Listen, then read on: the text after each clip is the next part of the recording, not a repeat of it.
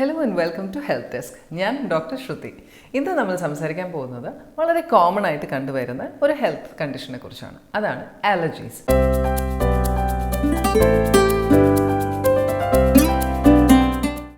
നമ്മളിപ്പോൾ ഇന്നത്തെ സാഹചര്യത്തിൽ ഒരുപാട് പേർക്ക് പല തരത്തിലുമുള്ള അലർജീസ് ഉണ്ടാവാറുണ്ട്. പലർക്കും അത് അലർജി തന്നെയാണോ എന്നുള്ളതും ഉറപ്പല്ല. എന്നാൽ പലരും വേറെ കുറേ കണ്ടീഷൻസിനെയും അലർജി എന്നുള്ള ഒരു ബ്ലാങ്കറ്റ് ടേം യൂസ് ചെയ്തും പറയാറുണ്ട്. അപ്പോൾ അലർജീസിനെ കുറിച്ച് പറയുവാണെങ്കിൽ നമ്മൾ ആദ്യം മനസ്സിലാക്കേണ്ടത് എല്ലാവർക്കും ഒരേ സാധനത്തിനോടായിരിക്കില്ല അലർജി ഉള്ളത്. അത് number 1. Number 2 is that allergic റിയാക്ഷൻസും പല തരത്തിലുള്ള റിയാക്ഷൻസ് ഉണ്ട്. മൈൽഡ് റിയാക്ഷൻസ് ഉണ്ടാവാം. മൈൽഡ് അലർജിക് റിയാക്ഷൻസ് എന്ന് പറയുമ്പോഴേക്കും സാധാരണയായിട്ട് നമുക്ക് തോന്നുന്ന ചെറുതായിട്ട് തൊണ്ടയിൽ ഒരു ഇറിറ്റേഷൻ തോന്നാം, കണ്ണിൽ നിന്ന് വെള്ളം വരുന്നത് പോലെ തോന്നാം, അല്ലെങ്കിൽ കണ്ണിൽ ഒരു ഇച്ചിങ് പോലെ തോന്നാം. പിന്നെ ഏറ്റവും കോമൺ ആയിട്ട് കാണുന്നത് സ്നീസിങ് അഥവാ തുമ്മലാണ്. ഇത് കോമൺലി കണ്ടുവരുന്നത് നമ്മൾ പൊടിയിനോടല്ല അലർജി അല്ലെങ്കിൽ ഡസ്റ്റ് അലർജി പോലുള്ള വളരെ വളരെ മൈൽഡ് ആയിട്ടുള്ള ഒരു അലർജിക് റിയാക്ഷനെയാണ് മൈൽഡ് റിയാക്ഷൻസ് എന്ന് പറയുന്നത്. പിന്നെ വരുന്നത് moderate allergic reactions. Moderate allergic reactions എന്ന് പറയുന്നത് എന്താണ്? നമ്മൾ നോർമലി കാണാറുണ്ട് ബോഡിയിലൊക്കെ ഫുൾ ഹൈവ്സ് വരിക, അല്ലെങ്കിൽ എന്തെങ്കിലും റെഡ്നെസ്സോ റാഷസോ പോലെ വരിക, ബോഡിയിൽ ഒരു ഇച്ചിങ് സെൻസേഷൻ ഉണ്ടാവുക, തല തൊട്ട് കാല് വരെ മൊത്തത്തിൽ ഒരു ഇച്ചിങ് സെൻസേഷൻ ഉണ്ടാവുക. ഇതിനൊക്കെയാണ് നമ്മൾ മോഡറേറ്റ് അലർജിക് റിയാക്ഷൻസ് എന്ന് പറയുന്നത്. ഇതിന് പുറമെ third type of allergic reaction എന്ന് പറയുന്നത് കുറച്ചും കൂടി സീരിയസ് ആയിട്ടുള്ള അനഫിലാക്റ്റിക് റിയാക്ഷൻസ് അഥവാ സിവിയർ അലർജിക് റിയാക്ഷൻസ് എന്നതിനെ പറയും. അതിൽ കണ്ടുവരുന്നത് വിക്ടിംസിന് ഒരു ശ്വാസം എടുക്കാനുള്ള ബുദ്ധിമുട്ടുണ്ടാവാം, തൊണ്ടയിൽ ഒരു സ്വെല്ലിംഗ് പോലെ തോന്നാം, ടങ് വല്ലാണ്ട് സ്വെല്ല് ചെയ്യുന്നത് പോലെ തോന്നാം, ഫേസിലൊക്കെ മൊത്തത്തിൽ തടിച്ച് ഒരു വളരെ ബുദ്ധിമുട്ടുള്ള, ഇതിൽ പലപ്പോഴും പലരും ഫെയിൻറ്റ് ചെയ്യുന്നത് വരെയുമുള്ള സിനാരിയോസ് ഉണ്ടായിട്ടുണ്ട്. ഇതിനാണ് സിവിയർ അലർജിക് റിയാക്ഷൻസ് എന്ന് പറയുന്നത്. സോ ഇതിൽ ഏത് അലർജിക് റിയാക്ഷൻ ടൈപ്പാണ് നിങ്ങളുടേതെങ്കിലും അതിനെ ഡെഫിനറ്റായിട്ട് ട്രീറ്റ് ചെയ്യേണ്ടത് വളരെ വളരെ അത്യാവശ്യമാണ്.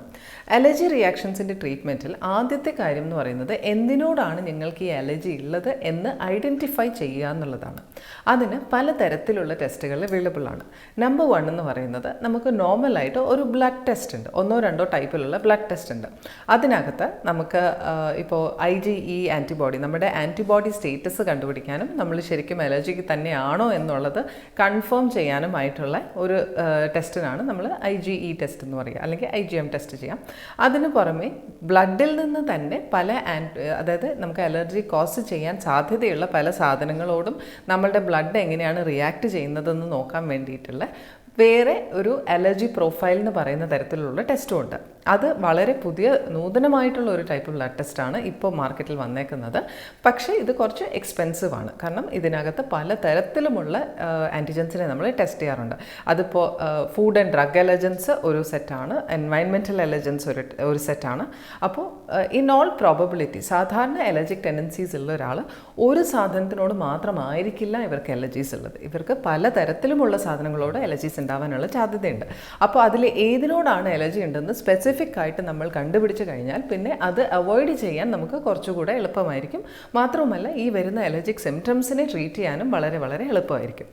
പിന്നെയുള്ളത് നമ്മൾ പ്രിക് ടെസ്റ്റ് എന്ന് പറയും. അതായത് ഹോസ്പിറ്റലിനകത്ത് വെച്ച് മാത്രം ചെയ്യുന്ന ടൈപ്പ് ടെസ്റ്റാണ്. ഓരോ ടൈപ്പിലുമുള്ള ആൻറ്റിജനെ, അല്ലെങ്കിൽ ഈ പ്രിക് ടെസ്റ്റ് എന്ന് പറയുന്നതും ഈ പറയുന്നോട്ട് ഫുഡ് അലർജൻസിനോടും ഡ്രഗ് അലർജൻസിനോടും പിന്നെ അല്ലാത്ത എൻവയൺമെൻറ്റൽ അലർജൻസിനോടും ഒക്കെ ചെയ്യാറുണ്ട്. ഇത് മോസ്റ്റ്ലി എപ്പോഴും ഡോക്ടേഴ്സ് എപ്പോഴാണ് ഇത് ചെയ്യാൻ അഡ്വൈസ് ചെയ്യാന്ന് ചോദിച്ചു കഴിഞ്ഞാൽ കൂടുതലും അനഫിലാക്റ്റിക് റിയാക്ഷൻസ്, അതായത് ഞാൻ നേരത്തെ പറഞ്ഞതുപോലെ വളരെ വളരെ സിവിയർ ആയിട്ടുള്ള ടൈപ്പ് ഓഫ് അലർജിക് റിയാക്ഷൻസ് വരുന്ന ആൾക്കാർക്ക് അല്ലെങ്കിൽ വരുന്ന പേഷ്യൻസിനാണ് ഇത്തരത്തിലുള്ള പ്രിക് ടെസ്റ്റ് ചെയ്യാനായിട്ട് പറയുന്നത്.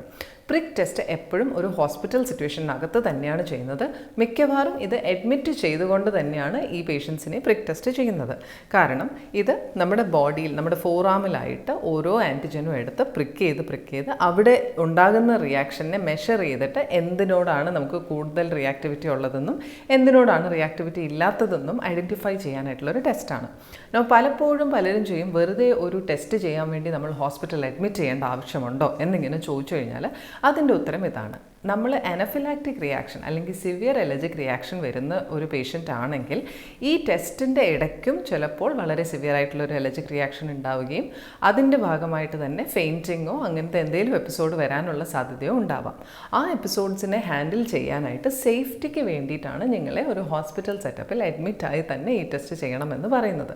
സോ ദ നെക്സ്റ്റ് ടൈം നിങ്ങൾ ഇത്തരത്തിലുള്ളൊരു ടെസ്റ്റ് ചെയ്യാൻ ഒരു ഡോക്ടർ അഡ്വൈസ് ചെയ്യുവാണെങ്കിൽ, അഡ്മിറ്റ് ചെയ്യാൻ പറയുവാണെങ്കിൽ, ഡെഫിനറ്റ്ലി അത് നിങ്ങളുടെയും നല്ലതിന് വേണ്ടിയാണെന്ന് തന്നെ വിചാരിച്ച് comply with that is number 1. പിന്നെയുള്ള കാര്യം, നിങ്ങൾക്ക് എന്ത് സാധനത്തിനോടാണോ അലർജി ഉള്ളത് ആ സാധനം വളരെ കർശനമായിട്ട് അവോയ്ഡ് ചെയ്ത് കഴിഞ്ഞാൽ മാത്രമേ നിങ്ങൾക്ക് അതിൻ്റെ അലർജിക് റിയാക്ഷൻസിൽ നിന്നും ഒരു റിലീഫ് കിട്ടത്തുള്ളൂ.